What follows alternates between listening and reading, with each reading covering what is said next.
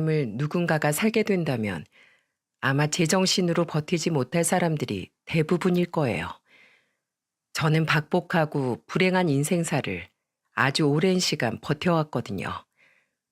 죽지 못해 살아왔다는 말이 맞겠죠. 저와 남편은 둘 다 시골에서 농사를 지으시던 부모님 아래에서 태어났습니다. 시부모님께선 굉장히 보수적인 분들이셨어요. 남녀가 함께 겸상을 하는 건 상상을 할 수도 없는 일이었을 정도니 말 다 한 거죠. 애미야, 걸레질 이렇게 하면 어떡하니? 아유, 청소 하나 제대로 못해서야 저 반푼이를 어디다 쓰누? 죄송해요, 어머님. 저 나름대로 한다고 한 건데 어딜 건방지게 말대답이야. 시애미가 말하면 그냥 죄송합니다 하고 말 것을. 네 부모가 널 그렇게 가르쳤냐? 게다가 시모는 제게 시집살이를 참 모질게 시키셨습니다. 너무 힘들었어요. 하지만 그 시절엔 다 그렇게 참고 사는 거라고 생각해 저는 그저 자식들만 바라보며 모진 시집살이를 견뎠죠. 그리고 제가 그 세월을 견디게 해준 데는 남편의 역할이 컸습니다. 고생했어. 많이 힘들지? 내가 정말 고맙고 미안해. 힘든 와중에 남편의 말 한마디는 제게 정말 큰 힘이 되었죠. 그렇게 세월이 흘렀고 시모는 노안으로 시름시름 앓다가 집에서 조용히 숨을 거두셨어요.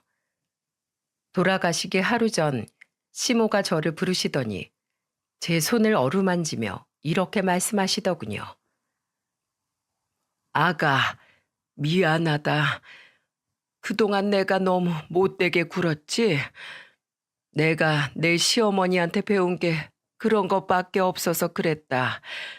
며느리 대하는 법을 몰랐어. 그런데 죽을 때가 되니까 이제야 내가 틀렸다는 걸 알겠더구나. 정말 미안하다. 미안해. 처음으로 시모의 약한 말을 듣자 그동안의 서름이 뻥 터지더군요. 평생 그렇게 저를 고생시켜 놓고 이렇게 늙고 약해진 모습으로 제게 사과를 하다뇨. 두고두고 원망도 못하게끔 말입니다. 평소에 좀 그렇게 잘해주시지. 저한테 대체 왜 그러셨어요? 가실 때 되니까 이제야 저한테 미안하다뇨. 그러면 사세요. 오래 사셔가지고 건강하실 때 저한테 그런 말씀 해주세요, 어머님. 그렇게 시모가 돌아가신 후 얼마 되지 않아 시부가 제게 통장 하나를 내미셨습니다. 이게 뭐예요, 아버님? 애미야, 네 시애미가 마지막에 너한테 말한 본심이 그 사람 진심이었다. 말은 그렇게 했어도 너를 얼마나 아꼈는지 아니? 네 시애미가 표현할 줄을 몰랐어. 이거 받아라. 네 시애미가 남긴 거야. 이제 더 이상 시집살이 할 필요 없다. 이거 가지고 나가서 너희끼리 잘 살아. 아버님 아니에요. 그냥 저희랑 계속 같이 사세요. 제가 없으면 아버님 혼자서 진지는 어떻게 차려 드시려고요. 시모까지 돌아가신 마당에 늙은 시부를 어떻게 혼자 두고 떠날 수 있었겠어요. 하지만 당신은 혼자서도 잘 살아갈 수 있다는 말과 함께 시부는 기어코 저와 남편을 분가시키셨어요.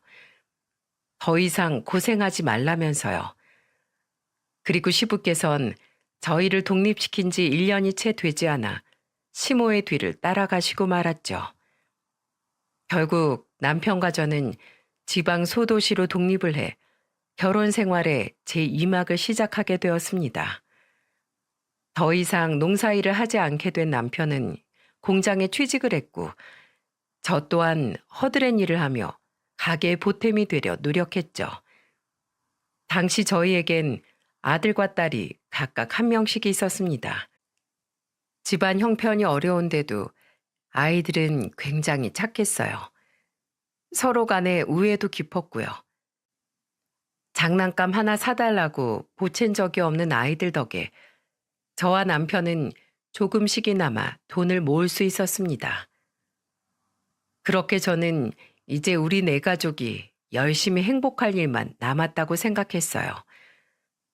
하지만 인생이라는 게 제 뜻대로 흘러가지 않더군요.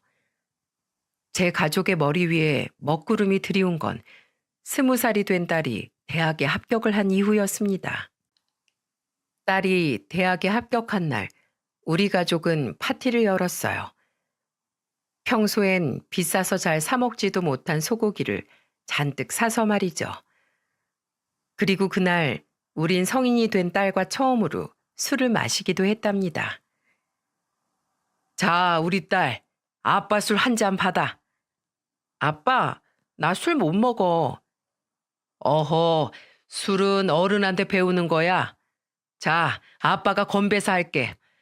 우리 딸 주영이 대학 입학한 거 축하하고 지금처럼만 우리 가족 항상 행복하자. 우리 딸의 앞날을 아빠가 응원하마. 이제 아빠가 위하여 하면 다들 위하여 하고 짠 하는 거다. 자, 우리 딸을 위하여. 위하여. 어찌나 행복한 날이었던지요. 처음 마셔본 술에 알딸딸해진 딸은 남편에게 이렇게 말하더군요. 얼굴이 새빨개진 채로 말이에요. 아빠, 술맛 이거 너무 좋은데? 나 술이 체질인가 봐. 체질은? 지금도 혀가 반으로 꼬부러졌구만. 주영이 넌 나가서 술 많이 마시고 다니면 안 되겠다. 아닌데? 나 안 취했는데? 근데 왜 바닥이 기울어져 있지? 으아, 아빠, 쟤 취했다. 취한 딸은 결국 바닥에 누워서 잠이 들고 함께 술이 얼큰하게 취한 남편은 그런 딸을 비틀거리며 방에 눕혀놓고 아들은 고개를 절레절레 흔들며 신나게 소고기를 먹고 저는 그런 가족들을 보며 한박 웃음을 짓고 이렇게 좋을 수가 없었습니다. 지금도 가끔 그날 가족들의 모습이 꿈에 나오곤 할 정도로 말이죠. 이후 딸은 서울에서 기숙사 생활을 시작했습니다. 그러던 어느 날 갑자기 딸에게 연락이 되지 않더군요. 항상 자기 전에 전화 남편에게 전화를 하던 다정한 아이였는데요.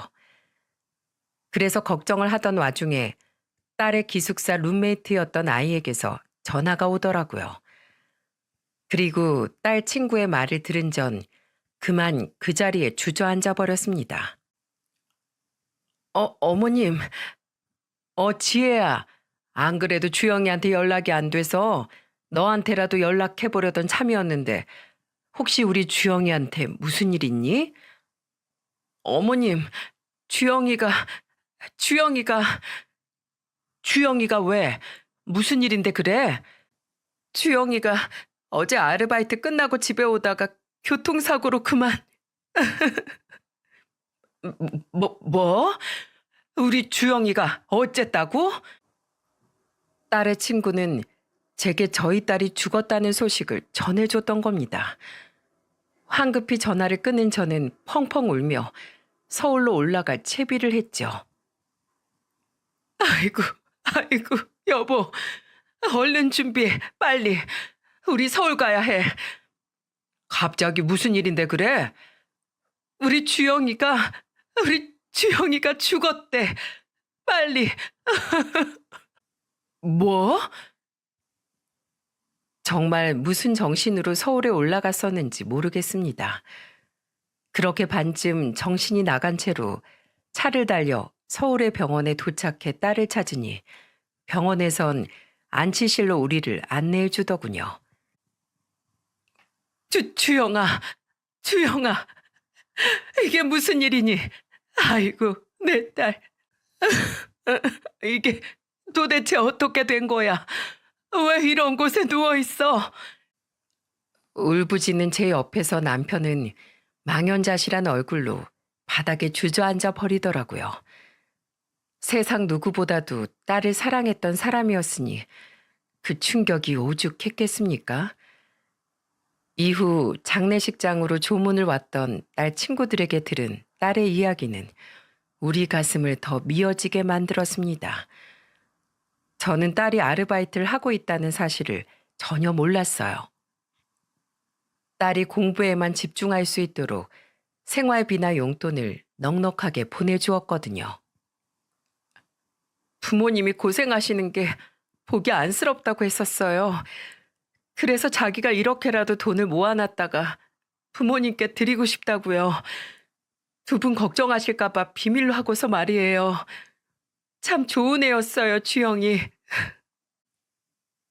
딸의 통장에는 그동안 모았던 알바비가 그대로 모아져 있었습니다. 이 바보 같은 것이 힘들게 알바를 했으면 그냥 친구들처럼 자기 놀고 먹는 거에 쓸 것이지. 왜 이렇게 죽어서까지 부모 마음을 찢어지게 만든단 말입니까? 저는 딸아이를 그렇게 보내고 그 길로 집에 누워 식음을 전폐했습니다. 남편 또한 회사에 휴가를 내고 방 안에 틀어박혔어요. 먹어도 먹는 것 같지가 않았고 눈을 감아도 잠이 오지 않고 눈물만 하염없이 흘렸습니다. 집안 곳곳에 가득한 딸아이의 흔적 때문에 제대로 삶을 살아내기조차 힘이 들었죠. 그런 우리 부부를 그나마 다시 삶으로 이끌어내준 건 다름 아닌 아들이었습니다. 엄마, 아빠, 계속 이러면 주영이가 제대로 눈 못 감을 거야. 제발 기운 내. 밥도 좀 먹고. 이러다 엄마 아빠 둘 다 정말 굶어 죽는다고. 나만 혼자 남겨두고 떠날 생각이야? 나도 주영이 보고 싶어. 그런데 어떡해. 힘들어도 버텨야지. 산 사람은 살아야지. 다 같이 굶어 죽는 게 주영이를 위한 길은 아니잖아. 그때 새삼 느껴지더군요. 마냥 어리게만 봤던 우리 아들이 언제 이렇게 의젓하게 컸는지 말입니다. 아직 어린 아들이 부모인 우리를 일으켜 세우려 노력하는 모습에 그제야 다시 정신이 들기 시작했죠. 이후 우린 다시 힘을 내서 삶을 살아가기 시작했습니다. 아들은 대학을 졸업하고 군대를 다녀온 후 곧바로 대기업 생산직에 취업을 했고 남편과 저는 몇 년 후 어느 정도 모인 돈으로 백반집을 차렸죠. 아들은 28의 나이에 자기처럼 착하고 고운 여자를 만나 결혼을 했습니다. 그리고 떡두꺼비 같은 손주와 손녀 또한 우리에게 안겨주었죠. 그러다 등산을 하던 중 낙상을 하게 된 아들은 결혼한 지 4년 만에 뇌사 상태에 빠지고 말았습니다. 정말이지 이젠 눈물도 나지 않았어요. 그냥 죽고 싶었죠. 하루 종일 멍만 때리며 내가 숨을 쉬고 있는 건지 아닌지도 느껴지지도 않았습니다. 딸을 먼저 보내고 아들까지 시체처럼 누워있으니 사는 게 사는 것 같지 않았죠. 반면 며느리는 현명하고 강단 있는 사람이었어요. 아직 갓난쟁이인 손주 손녀를 데리고 앞으로의 인생이 막막할 법도 하건만 그런 와중에도 며느리는 우리 아들의 생전 의지를 존중해 주었어요. 그이가 평소에 장기 기증에 관심이 많았어요. 특히 애들 낳고 나서는 생명에 대한 경각심이 생겼다고 하더라고요. 어머님, 아버님만 괜찮으시면 이 사람 유지대로 장기를 기증하면 안 될까요? 그러면 이 사람 조금은 마음 편히 떠날 수 있지 않을까요? 저는 마지막인 만큼 그 사람 뜻 존중해주고 싶어요. 그래, 우리 아들이 남들 몸속에서나마 살아 숨 쉴 수 있다면 그렇게 하자꾸나. 그래, 내 아들은 그렇게 착한 애였지. 네가 나보다 낫다. 내 슬픔에만 잠겨있는 나보다 말이야. 먼저 이렇게 이야기해줘서 고맙다, 애미야. 그렇게 제 아들은 4명의 생명에게 새 생명을 안겨주고는 숭고하게 세상을 떠났습니다. 아직 32의 젊은 나이예요. 저와 남편은 소리도 내지 못하고 가슴을 치며 울었어요. 그저 마음속으로 아들에게 작별 인사를 했을 뿐 그 어떤 말도 입 밖으로 나오지 않더군요. 이후 며느리는 아들의 장례를 모두 치른 후 손주와 손녀를 데리고 우리 곁을 떠났습니다. 우리를 보면 아들 생각이 나서 너무 힘들다고요. 그 마음을 알기에 차마 잡을 수가 없었어요. 이후 며느리는 우리와 멀리 떨어진 곳으로 갔지만 한 번씩 전화로 서로 안부를 주고받기도 하고 명절이면 손주, 손녀를 데리고 놀러 오기도 하는 사이로 지냈습니다. 그리고 아들이 죽은 지 6년 후 며느리는 우리에게 마지막 연락을 해오더군요. 어머님, 저 재혼하게 됐어요. 애들도 친자식처럼 아껴주는 좋은 사람이에요. 마음이 아팠습니다. 아들은 이미 죽어 과거에 머물러 있는데 며느리와 손주들은 계속해서 현재를 살고 있는 것 같은 생각이 들어서요. 하지만 어쩌겠습니까? 예전 딸이 죽었을 때 아들이 우리에게 했던 말처럼 산 사람은 살아야지요. 저는 며느리에게 그저 축하한다고 말을 해주었죠. 죄송해요, 어머님. 네가 뭐가 죄송하니? 그동안 혼자서 애들 키우느라 고생 많았다. 이제 너도 새 남편한테 기대어서 행복하게 살아. 이렇게 연락 줘서 고맙구나. 잘 살거라. 며느리는 마지막까지 참 착한 사람이었습니다. 잘못한 것도 없는데 뭐가 그렇게 미안했는지 며느리는 전화를 끊기 전까지 연신 울더군요. 저는 그런 며느리를 달래주며 전화를 끊었죠.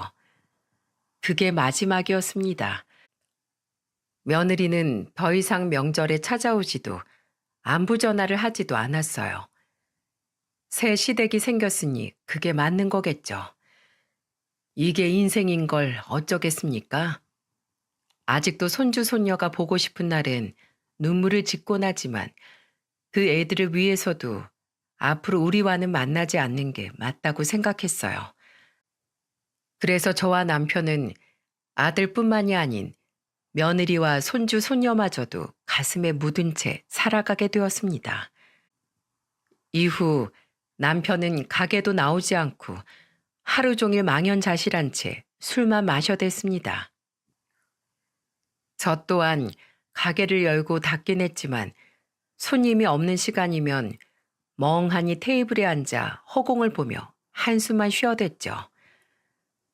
그렇게 아들이 죽은 지 8개월쯤 지났을 때였어요. 당시 저희 가게엔 20살짜리 여자애가 설거지 알바를 하고 있었죠. 처음 가게 밖에 붙여놓은 설거지 알바 구함이라는 문구를 보고 그 아이가 가게에 들어왔을 때 저는 고등학생인 줄 알았습니다. 그만큼 굉장히 얼굴이 앳돼 보였거든요. 고등학생이니? 아니요. 저 고등학교 졸업하고 지금은 아무것도 안 하고 있어요. 어? 대학은 안 갔고? 아니요. 대학보단 지금은 빨리 돈 벌고 싶어서요. 그런데 그 아이의 얼굴이 보면 볼수록 죽은 제 딸과 너무 닮은 겁니다. 이목구비는 조금 달랐지만 단발머리의 체형과 뽀얀 피부색까지 전부 말이죠. 그리고 그 아이는 일도 정말 열심히 했습니다. 일을 시키면 눈치 보면서 게으름 피우는 사람도 많은데 그 아이는 전혀 그렇지 않았어요. 오히려 설거지가 끝나면 시키지 않아도 주방에서 자기가 할 일을 먼저 찾아 하던 아이였죠. 뭐라도 하나 더 챙겨주고 싶을 만큼이요. 그런데 어느 순간 이 아이가 제게 부탁을 하나 하는 겁니다. 사장님, 혹시 이거 반찬 좀 제가 싸가면 안 될까요? 어디 도시락 쌀 일 있니? 제 질문에 아이는 아무 말 못하고 우물쭈물 얼버무리더군요. 저는 그제야 아차 싶었어요. 식비가 없어서 그럴 수도 있는데 제가 눈치 없이 아이를 민망하게 만든 것 같아서요. 그래, 그래. 싸가. 괜찮어. 제가 흔쾌히 허락하자 아이의 표정이 밝아지더군요. 그런데 아이가 반찬을 싸가는 일은 하루로 끝나지 않았어요. 아이는 제 허락을 받은 날부터 일하는 날이면 하루도 빠짐없이 반찬들을 싸가기 시작했습니다. 그런데 그 양이 아무리 봐도 혼자 먹을 양은 아니었어요. 일주일에 6일을 싸가는 거니 한 번 가져가서 여러 날 먹는 것도 아닐 테고요. 어차피 백반집이라 반찬이야 넉넉히 해두는 거라 괜찮았지만 도대체 무슨 사정인지 넌지시 걱정이 되더라고요. 그렇게 아이가 반찬을 싸가기 시작한 지도 3주가 지났을 무렵이었습니다. 저는 확신했어요. 분명 저 애에게 무슨 일이 있나 보다 하고요.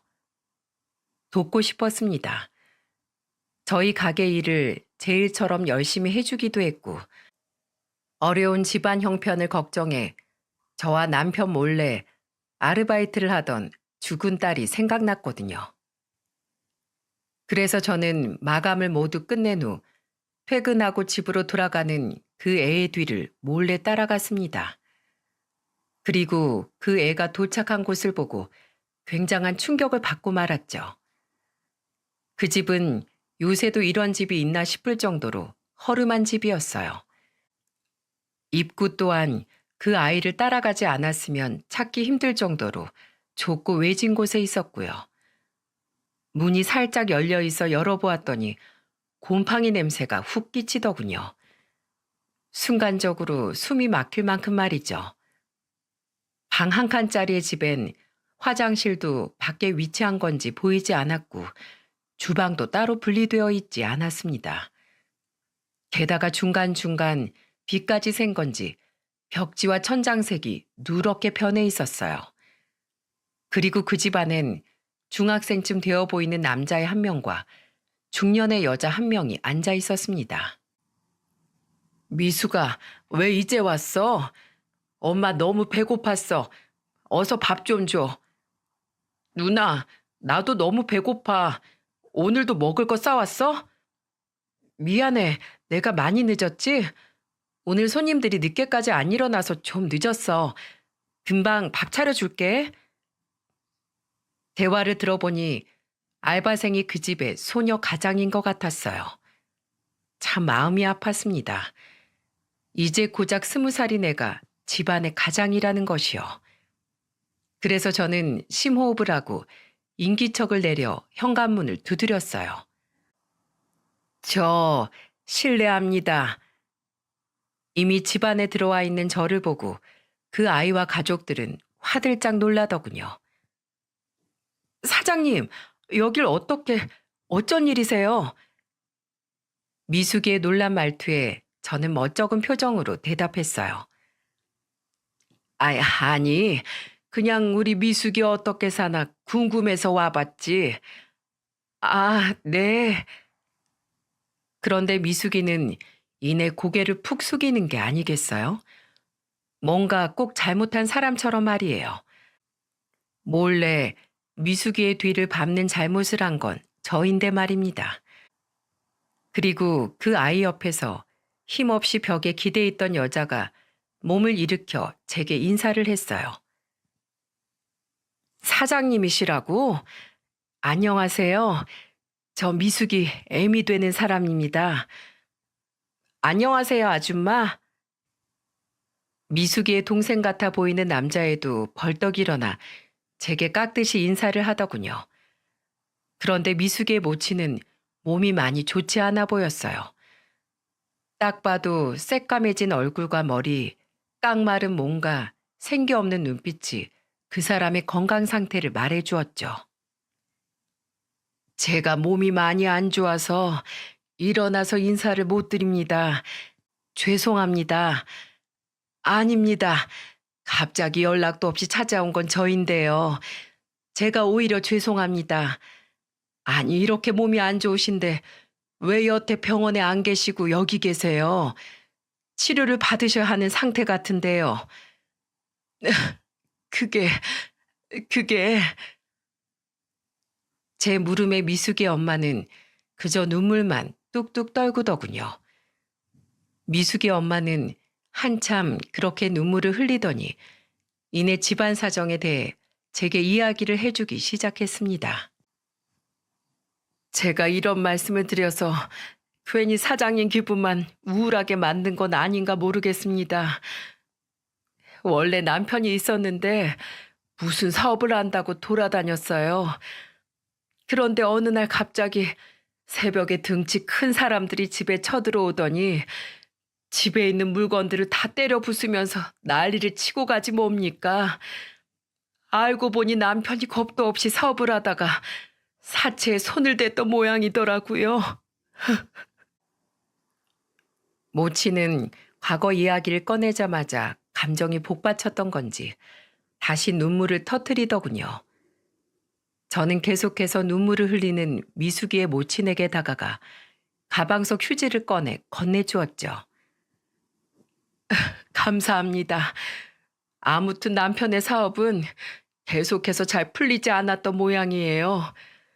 그러니 사채 빚은 당연히 하나도 갚지 못했겠죠. 사채꾼들은 몇 번이고 저희 집에 와서 물건들을 다 때려 부수더니 나중엔 결국 우리 가족이 살던 그 집을 빼앗아 갔어요. 우리 네 가족은 순식간에 길거리에 나앉게 된 거죠. 그럼 지금 남편 되시는 분은 어디 계신 건가요? 그게 3년 전에 결국 그 집 근처로 가서 스스로 목숨을 끊었어요. 바보 같은 사람. 얼마나 힘들었으면 가족들을 놔두고 혼자 그렇게 가버렸을까요? 이후 그들은 몇 번의 달새 생활과 노숙 생활 끝에 이 집까지 흘러들어오게 됐다고 하더군요. 들어보니 사정이 너무나도 딱했어요. 제가 자식들을 잃었던 것과 반대로 미숙이는 아빠를 잃었던 겁니다. 게다가 원래도 좋지 않았던 제 몸이 그 고된 일을 겪고 나니 아예 힘들다고 비명을 지르더라고요. 그런데 돈이 없어 병원엔 가지도 못하고 이젠 치료도 할 수 없을 정도로 몸이 엉망인 상황까지 와버렸어요. 딸에게 너무 미안해서 제가 차마 고개를 들지도 못합니다. 그저 집에서 죽는 날만 기다리고 있다는 미숙이 모친의 말에 가슴이 미어졌습니다. 이제야 미숙이가 왜 이렇게 일에 열심이었는지, 저렇게 착하고 성실한 애가 제 눈치를 보면서도 굳이 반찬들을 집에 싸간 건지 깨닫자 마음이 아려왔어요. 그 뒤엔 후회가 밀려들더군요. 진즉에 미숙이를 채근해서라도 사정을 자세히 물어보고 제가 도왔어야 했던 건데 말입니다. 이야기를 다 듣고 보니 시간이 벌써 11시를 훌쩍 넘겼더군요. 저는 우선 오늘은 집에 돌아가려 자리에서 일어났습니다. 그런데 도저히 그대로 발길이 떨어지질 않더라고요. 그래서 저는 미숙이의 모친에게 이렇게 말했어요. 미숙 어머님, 우선 시간이 늦었으니까 저는 이만 돌아가 보겠습니다. 그리고 내일 아침에 다시 올 테니 저랑 어디 좀 갈 채비 좀 하고 계세요. 아셨죠? 네? 어디를요? 내일 보시면 알 겁니다. 그 말을 마친 저는 정말로 그 집을 나와 집으로 돌아왔어요. 집으로 향하는 길에서도 어찌나 마음이 무겁던지요. 저는 집으로 돌아와 남편에게 그날 있었던 일을 모두 말해 주었습니다. 남편도 가끔 가게에 나왔던지라 미숙이가 누구인지는 알고 있었거든요. 남편도 심성이 착한 사람인지라 미숙이네 이야기를 듣고 참 가슴 아파하더라고요. 저는 그런 남편에게 조심스레 말을 꺼냈습니다. 여보, 우리 미숙이네 세 식구가 살 전셋집이라도 좀 구해줍시다. 사정이 너무 딱하지 않아요? 어차피 우리 다 늙어서 돈 쓸 데도 없고 재산 물려줄 자식도 없는데 자식벌 되는 미숙이라도 그렇게 도와주고 싶어요. 저희가 살고 있는 곳은 서울이나 다른 비싼 도시와는 다르게 비교적 집값이 저렴한 곳이거든요. 그래서 전셋값이 그렇게 큰 부담이 될 정도는 아니었죠. 그러니까 제가 그렇게 뭐 대단한 일을 하려고 했던 건 아니라는 겁니다. 남편은 별 고민도 하지 않고 좋다고 대답했습니다. 당시 남편은 사실 세상사에 큰 관심이 없었어요. 아들의 죽음 이후로 만사에 대한 의욕을 모두 놓아버렸을 때거든요. 그런 사람이 돈엔들 무슨 욕심이 있었겠습니까? 다음 날 우선 저는 약속대로 미숙이네 집으로 가 미숙이의 모친을 데리고 저희 지역에서 가장 큰 병원으로 갔습니다. 모친은 처음엔 한사코 거절하더군요. 자신은 이미 틀렸으니 자신에게 제 귀한 돈을 쓸 필요가 없다고요. 저는 그런 미숙이의 모친에게 일침을 가했습니다. 어머님, 자식들을 생각하셔야죠.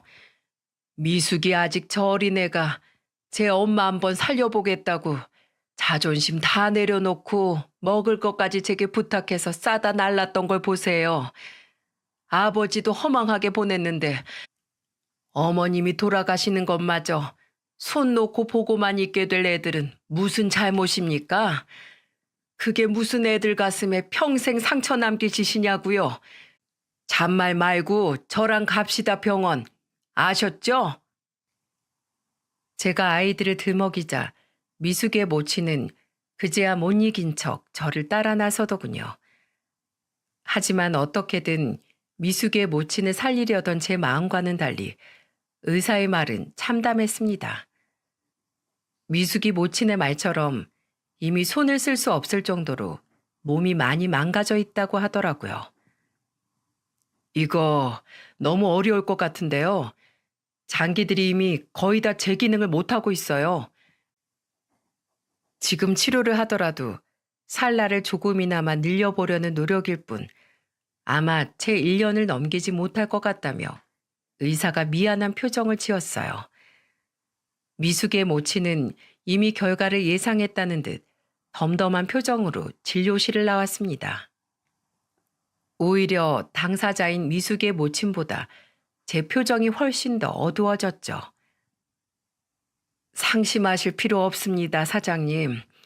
그래도 이렇게 제 상태를 정확히 들으니 차라리 속이 후련하네요. 데려와 주셔서 정말 감사합니다. 그래도 우리 포기하지 맙시다. 우선 어머님, 제가 요양병원을 좀 알아볼게요. 비용은 제가 낼 테니 걱정하지 마시고요. 괜찮습니다. 생판남인 사장님께 그렇게 폐를 끼칠 순 없어요. 저도 괜찮습니다. 남편도 저도 더 이상 돈 쓸 것도 없고 이승에 미련도 없습니다. 저희 돈을 마냥 은행에 묻어두고 가는 것보다 이렇게 필요한 사람에게 쓰는 게 우리에게도 훨씬 가치가 있어요. 그러니 부담 갖지 말고 제 도움 받아주셨으면 좋겠습니다. 하지만 결국 미숙의 모친은 제 제안을 거절했죠. 사장님, 저는 제 남은 생을 병원에서 마감하고 싶진 않아요.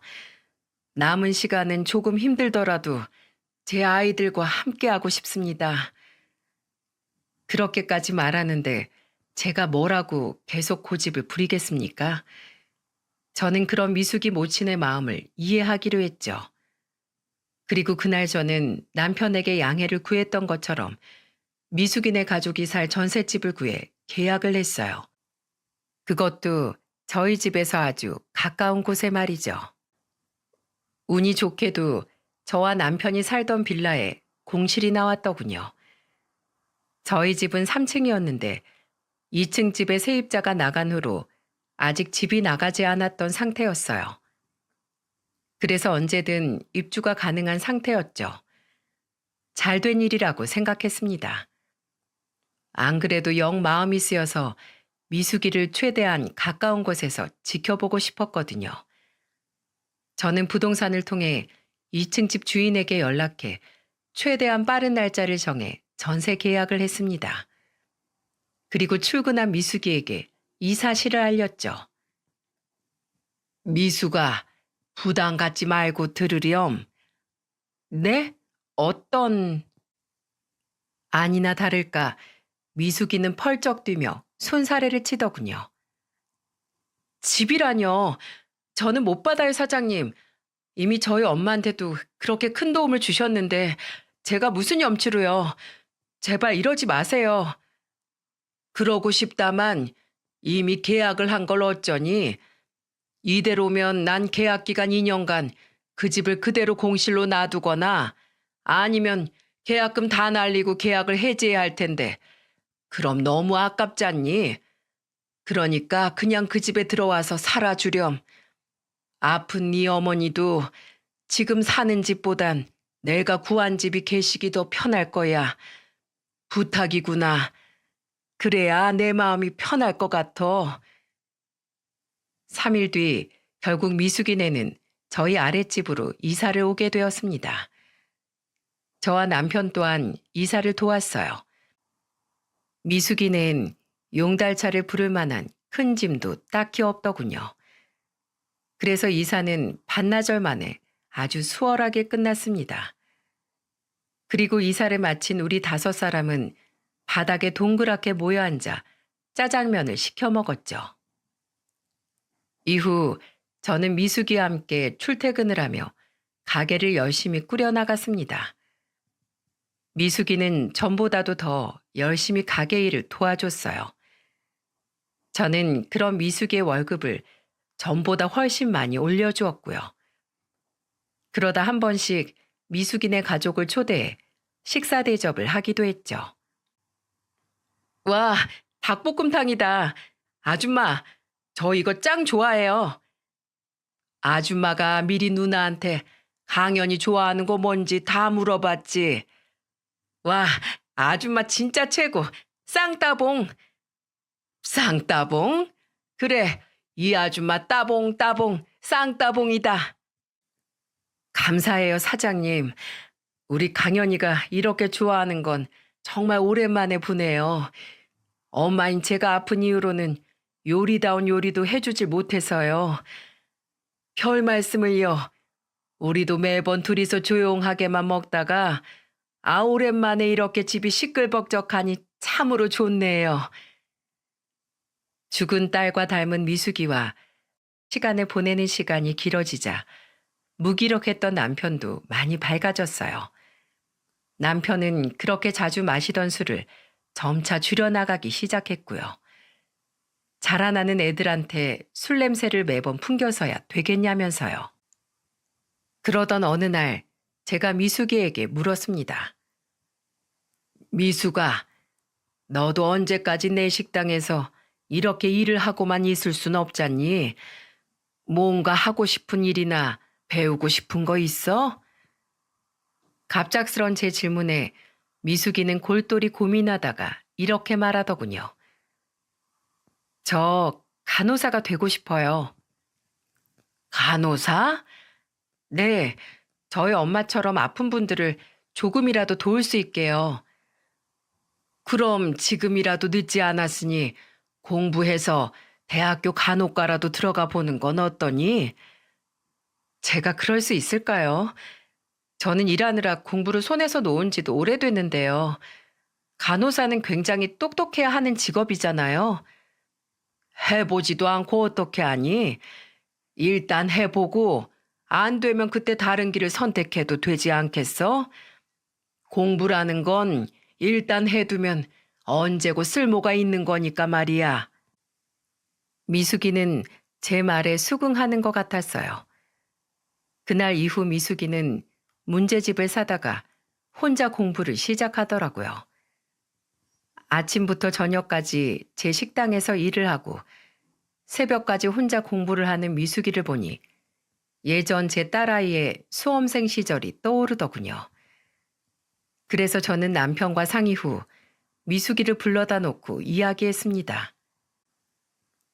미숙아, 우리한테도 딱 너만한 딸이 있었다. 지금은 세상에 없지만 말이야. 그래서 널 보는 우리 마음이 부모의 마음과도 같구나. 그래서 말인데 아저씨가 다시 식당에 나와 함께 일을 하기로 했으니 너는 더 이상 나오지 않아도 된단다. 자, 여기 이거 받아라. 저는 미숙이에게 통장을 내밀었습니다. 그 돈은 바로 죽은 딸아이가 알바를 하며 모아놨던 돈에 저희의 돈을 보태 넣은 예금 통장이었어요. 딸아이가 죽은 후로 차마 그 돈을 쓸 수가 없었거든요. 사장님, 이건 2천만 원이야. 넉넉하진 않겠지만 그거 가지고 재수학원에 등록해서 공부하는 데 쓰거라. 간호대 가고 싶다며 남은 돈은 너희 집 생활비로 쓰고 혹여 거절할 생각 마라. 그냥 주는 거 아니니까. 나중에 열심히 일해서 간호사 되면 그때 우리 한 번씩 용돈도 주고 같이 여행도 다니고 해. 그렇게 갚기로 하자꾸나. 우리도 자식이 없으니 너랑 강연이가 우리와 종종 만나준다면 그것보다 더 큰 기쁨이 없을 거야. 알았지?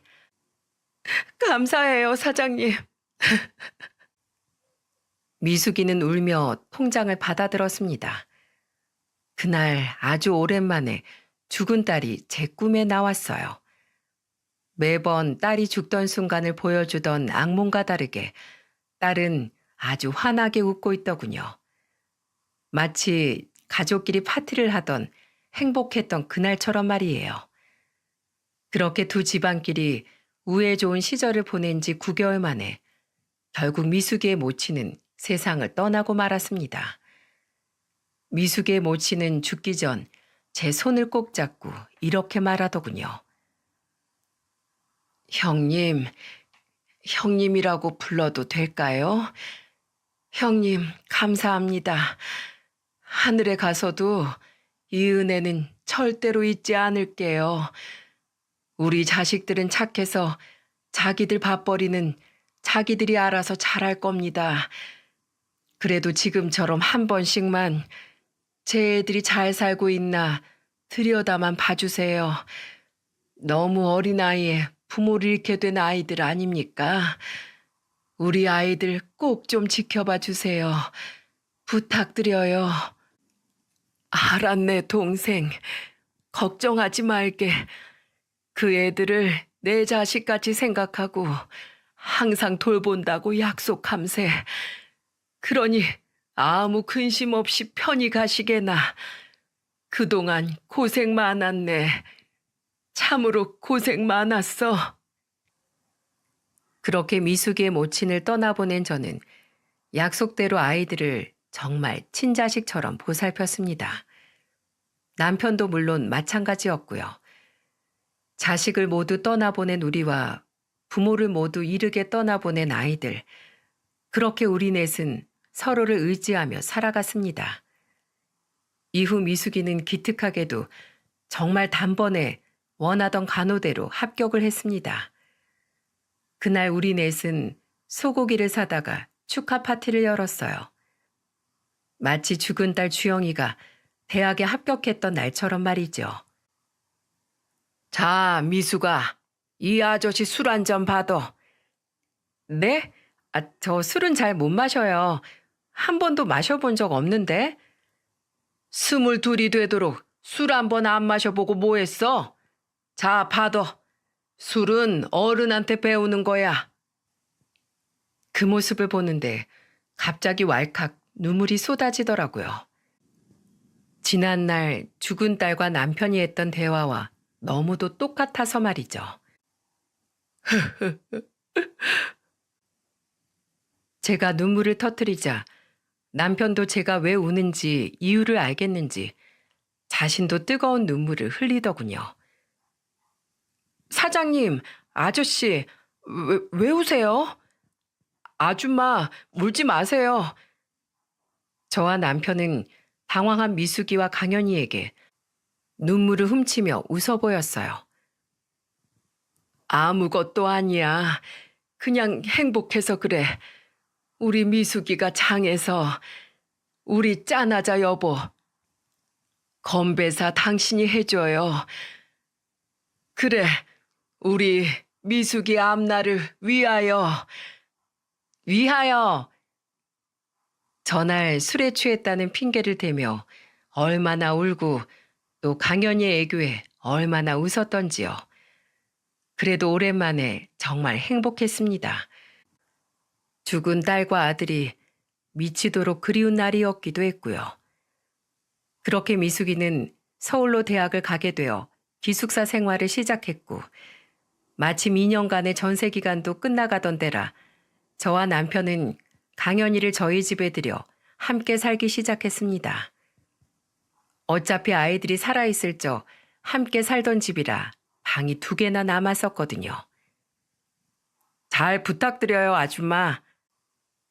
처음 저희 집으로 들어오던 날 강연이가 괜히 쭈뼛대며 제게 이렇게 말하더군요. 강연아, 아줌마가 뭐야?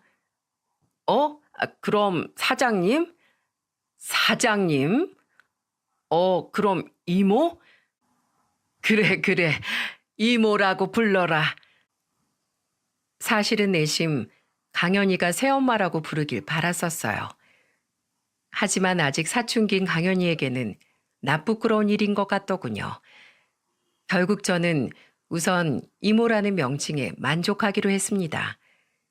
이후 매일 저녁 강연이의 교복을 다리는 일이 제 하루의 마지막 일과가 되었어요. 아이의 교복을 다리고 학교에 가기 전 아침을 차려주는 일이 어찌나 행복하던지요. 언젠간 강연이가 이렇게 말하더군요. 이모, 꼭 제가 나중에 잘 돼서 이모랑 아저씨 지켜줄게요. 강연이 넌 꿈이 뭔데? 전 경찰이요. 경찰? 왜? 아버지가 깡패들한테 맞고 그랬잖아요. 그 뒤로 저는 나쁜 놈들이 몸서리치기 싫더라고요. 그래서 제가 그런 놈들 다 잡아 쳐놓고 싶어서요. 그래서 경찰이에요. 그 말을 듣는데 마음이 어찌나 짠했는지 모릅니다. 어린애가 겪기엔 너무도 참혹한 일들을 보고 자랐을 강연이가 너무 안쓰러웠죠. 시간이 흘러 미숙이는 간호대를 졸업하고 국가고시에 합격해 자신이 다니던 대학의 대학병원에 취업을 하게 되었습니다. 그리고 강연이 또한 저희 집에 들어와 살기 시작한 지 13년 뒤 29의 나이에 드디어 경찰 시험에 합격을 했죠. 둘 다 자신들이 이루고 싶었던 꿈을 이루게 되었으니 곁에서 지켜본 부모 같은 입장으로서 정말 얼마나 행복했는지 모릅니다. 그리고 작년에 우리 미숙이가 아주 좋은 사람을 만나 결혼을 했어요. 미숙이의 2번째 소원이 바로 결혼해서 행복한 가정을 꾸리는 거라고 했었는데 미숙이는 결국 2개의 소원을 전부 이루게 된 거죠. 상견례 때 본 미숙이의 시부모 될 분들도 무척이나 좋은 분들이어서 저는 한결 마음을 놓았답니다. 결혼식 전날 미숙이가 우리 집에서 마지막 밤을 보내며 감사 인사를 하더군요. 이모, 아저씨, 혼주석에 앉아주셔서 정말 감사드려요. 이모라니? 혼주석까지 내가 앉는데 아직도 이모라고 부를 거니? 미숙이는 제 말에 잠시 망설이더니 조심스럽게 말을 덧붙였습니다. 그럼 엄마라고 불러도 돼요? 당연하지. 내가 얼마나 그 말을 기다려왔는지 모른다. 그럼 나한테도 아빠라고 불러야지. 나한텐 이모부도 아니고 매번 아저씨라고 해서 내가 얼마나 서운했는데. 강연아, 너 뭐하냐? 너도 이젠 엄마 아빠라고 불러봐. 남편은 옆에서 자기도 아빠라고 불러달라며 난리를 쳤고 강연이는 나쁘그런 소리를 한다며 궁시렁대더니 이내 아주 새빨개진 얼굴을 하고 모기만한 목소리로 이렇게 말하더군요. 감사해요. 엄마, 아버지. 다 커서 경찰식이나 된 녀석이 얼마나 귀엽던지요. 그 모습을 본 우리는 모두 웃음을 터뜨렸답니다. 그리고 미숙이는 우리에게 통장 하나를 내밀었어요. 엄마, 아빠, 이거 받아주세요. 이게 뭐니? 통장에는 글쎄 2천만 원이라는 커다란 액수가 찍혀 있지 않겠어요? 예전에 저한테 빌려주셨던 돈 이제라도 갚고 싶어요. 제가 일하면서 차곡차곡 모은 돈이에요. 물론 갚으라고 주신 돈이 아닌 건 잘 알아요. 그래도 두 분께 받은 은혜 이렇게라도 갚아야 제가 마음이 편할 것 같아요. 그러니까 받아주세요. 아셨죠? 정말 미숙의 깊은 속은 알아줘야 한다니까요. 우리가 선뜻 받지 않을 걸 알고 미리 선수를 치더라고요. 저와 남편은 그런 미숙의 마음을 알기에 고맙게 그 돈을 받아들었습니다. 그리고 이 돈은 이대로 잘 묵혀놨다가 나중에 생길 손주와 손녀에게 쓰자고 남편과 합의했어요. 어차피 돌려준다고 해도 미숙이는 받지 않을 테니까요. 그렇게 미숙이는 지금 행복한 신혼생활을 보내고 있고 강연이는 얼마 전 생긴 여자친구와 연애를 하느라 요즘 아주 신나는 나날들을 보내고 있습니다. 참 청춘이죠? 그리고 저와 남편은 조만간 백반집을 처분할 예정이에요. 이제 나이가 들어 힘이 들기도 하고 더 늙기 전에 남편과 가끔씩이나마 이곳저곳 놀러 다니며 여생을 보내고 싶거든요. 그러면 나중에 아이들이 손주를 낳았을 때 우리가 대신 봐주기도 수월할 거고요. 이제 저희 집 명절은 더 이상 조용하고 쓸쓸하지 않습니다. 올해 명절 전날엔 미숙이가 없었지만 강연이와 셋이 함께 즐겁게 음식을 만들었어요. 그리고 명절 당일 오후엔 미숙이와 새 가족이 된 미숙의 남편이 집으로 와 다섯이서 즐거운 저녁 시간을 보냈고요. 여기까지가 저와 남편의 힘들었던 삶과 우리의 4명의 자식들에 대한 이야기였습니다. 저는 항상 제 인생은 불행으로 점철되어 있다고 생각했는데 살아보니 마냥 나쁠 수도 마냥 좋을 수도 없는 게 인생이더라고요. 혹시 제 사연을 듣고 계신 분들 중 지금 현재가 너무 힘들고 괴로운 분들이 있다면 제 사연을 들으시고 힘내셨으면 좋겠습니다. 분명 언젠간 다시 좋은 일이 있을 거예요. 저처럼요. 그럼 여기까지 제 긴 이야기 들어주셔서 감사합니다.